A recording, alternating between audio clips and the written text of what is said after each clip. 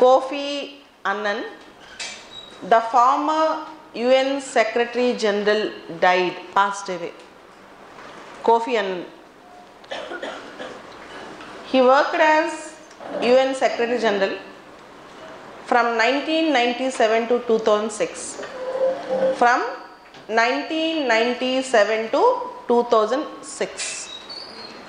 Along with United Nations Organization, he got Nobel Peace Prize in 2001. Along with United Nations Organization, he got Nobel Peace Prize in 2001. He was an effective diplomat and he was called as diplomat's diplomat. He belonged to Ghana, a rare distinction to an African becoming UN Secretary General. He belongs to Ghana, Kofi Annan. And in 2005, he proposed a document for UN reforms in the name of In Larger Freedom. In 2005, he proposed a document for UNSC reforms, United Nations Security Council reforms, in the title In Larger Freedom. So there he pronounced for the expansion of UN Security Council. Presently we have 15 members. He proposed for 24 members. He proposed for two plans, Plan A and Plan B, for expansion of UNSC. You all know United Nations Security Council have 15 members, 5 permanent and 10 non-permanent. And he wanted expansion up to 24. But in his plans, he denied veto powers. He denied veto powers for the new members of United Nations Security Council. And 2 years back, there is a committee constituted on the plight of Rohingyas in Myanmar. He proposed a plan for their peaceful stay in various places, and he was a man who supported human rights, man who questioned injustice, man who wanted to eliminate poverty from the world, and a man who proposed equality of everyone. And such a great diplomat passed away at the age of 80. At the age of 80. So Kofi Annan and UNSC reforms are very important. If they won't directly ask you about Kofi Annan, but they'll ask you UNSC reforms, because he is very famous for UNSC reforms. Kofi Annan is very famous for UNSC reforms.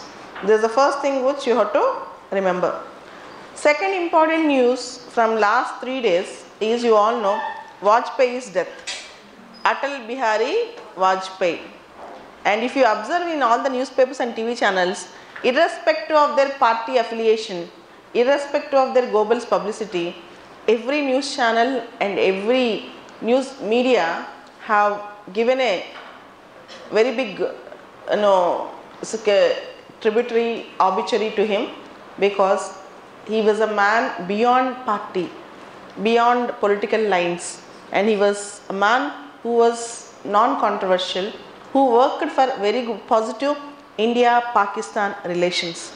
India-Pakistan relations, bus diplomacy, meeting with Musharraf, cricket diplomacy, many things he laid foundations to have a peaceful relation with Pakistan, Atal Bihari Vajpayee. And he was very important not only for India-Pakistan relations, but also for Operation Shakti, 1998 Pokhran 2. Operation Shakti, 1998 Pokhran 2. Atal Bihari Vajpayee. And you all know December 25th is his birthday, and he got Bharat Ratna. He was a Bharat Ratna awardee and non-controversial, and 10 times Lok Sabha MP. 10 times Lok Sabha MP. And many times he got the laurels as best parliamentarian who maintains the decency and decorum of parliament, etiquette of parliament, and who uses the parliamentary time at his best. So all these things Atal Bihari Vajpayee in the polity perspective are really important. Great prime ministers, and you all know Modi walked along with his dead body, that itself procession, he can sit in the car but he walked. That itself shows not the greatness of Modi but greatness of Atal Bihari Vajpayee. So towering personality and a great man. He also died last week. And coming to next important thing, there was one tribe which is in news from last 1 week. Riang tribe, Riang, R-E-A-N-G, or Bru tribe, B-R-U, Bru tribe or Riang tribe. Actually, Riang tribes, R-E-A-N-G, Riang tribes belong to Mizoram. They belong to Mizoram. And in 1997, during some communal clashes,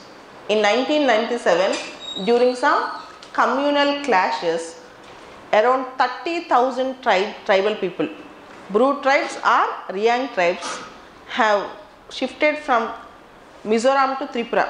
They have gone to Tripura. Now, next year we are going to have elections in Mizoram. Election Commission of India declared that all these 30,000 people should be given the status in Mizoram. They should get voting rights in Mizoram. It's a very important news, and you may get a question, Riang tribes in GS, R-E-N-G, Riang tribes, or they are also called as Bru tribes, B-R-U, Bru tribes. And from last 3-4 days, there are 2-3 things which are really important. One is pet coke. India banned import of pet coke, P-E-T, pet, C-O-K-E. This pet coke is the worst form of coal. In the coal, it's something like worst of coal, dirtiest. It's called dirtiest. And India actually is the largest consumer and importer of pet coal. India is the largest consumer and importer of pet coal. And pet coal contributes to 11% of greenhouse gases. It is too much. So India banned importing of pet coal, and largest share of pet coal India imports from United States of America, from USA. Now India banned except for few things like cement industry, pet coal, cement industry, brick, lime kiln industry. For some industries India allowed, but most of the things India banned pet coal. It's the pet coke, P-E-T, pet, C-O-K-E, pet coke. It's really important.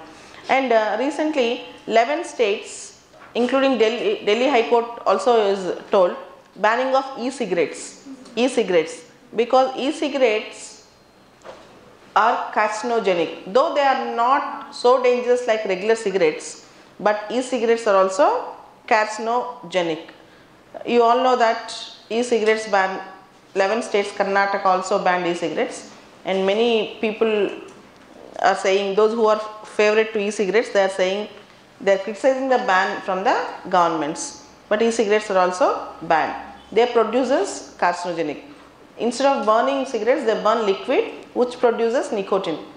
The same effect, nicotine all. So as such, it's carcinogenic. It produces many things. And from last 3-4 days, you have some important articles. Ministry of Corporate Affairs amended Companies Act to include prevention of sexual harassment in companies, prevention of sexual harassment at working places. Companies Act was amended by Ministry of Corporate Affairs to ban sexual harassment in the working places. Really good thing. As you all know, we have Vishaka versus State of Rajasthan, guidelines for prevention of sexual harassment at working places, and we also have Prevention of Sexual Harassment at Working Places Act, and we have Food Labeling Committee, Shashikaran Committee on Food Labeling is also very important. You have to read committees and recent committees, that's really important. Food Labeling Committee. In the IR perspective, a town is very famous in prelims also this year, Ghazni in Afghanistan. Ghazni town in Afghanistan, a city called Ghazni. Taliban have taken hold of this city almost. Taliban attacks, Taliban control. The name of the city is Ghazni. Remember, there is a place called Ghazni in Afghanistan, now which was completely almost, there was allegation that Pakistan supported Taliban to take hold of Ghazni. So, places in news this week, Ghazni is really important. Apart from that, you have Article 35A from last 10 days, complete discussion. Article 35A, you all know, Jammu Kashmir, immovable property. Jammu Kashmir legislature have the power to decide who is a permanent resident, who can hold property, who can hold a job, all these things. But the controversy is Article 35A was inducted into the constitution by President's order, not through proper constitutional amendment. You all know constitutional amendment Article 368. Article 368 of the Indian Constitution deals with constitutional amendment, but Article 35A was inducted by President's order, not through constitutional amendment. Apart from that, regular news from last 10 days, lateral entry into joint secretary level. So outside people who are domain experts, now government is recruiting some of them as through lateral entry. Something good and something bad. And this year you may expect a question on prison reforms, because Supreme Court expressed its concern about the children who are residing with female convicts. Supreme Court have expressed concern relating to children who are residing with their mothers who are convicts. And prison reforms what we need, because life with dignity, children should not be penalized because their mothers are convicts. So this is also a very important thing which Supreme Court recently expressed the concern. Apart from that, you have the very important thing from last 3-4 days in Hindu, a news is being carried on Poshan Abhiyan, National Nutrition Mission and Nutrition Strategy. National Nutrition Mission and Nutrition Strategy, that's Poshan Abhiyan. Here comes 2-3 important things about nutrition and nutrition strategy. First thing, in nutrition you have malnutrition, which carries undernutrition and overnutrition. Malnutrition have two meanings, undernutrition and overnutrition. And stunting and wasting. There are two terms, child stunting, child wasting. Stunting means no growth in height according to the age, and wasting means no weight according to the height. Wasting means no weight according to the height. Stunting means no height according to the age. And more than 60% of Indian children are anemic. And you all know National Nutrition Mission, also called as Poshan Abhiyan, aims at 0 to 6 years children, adults and girls, and pregnant and lactating mothers to have nutritional support. And this is a policy intervention through, it's an umbrella scheme, connects various schemes like Janani Suraksha Yojana, Matritva Vandana Yojana, and Swachh Bharat Abhiyan, ICDS, all these schemes together Poshan Abhiyan. But the greatness of Poshan Abhiyan is it follows decentralized approach, district level planning and local specific targets. And Ministry of Child and Women Development, Women and Child Development had a 3 years target, and now we are going to have proper nutrition support for various categories, because more than 50% of the children are suffering with malnutrition in India. Irrespective of their wealth and poverty lines, more than 50% of Indian children are suffering with malnutrition. And big news from last 1 week is Kerala floods. Kerala floods.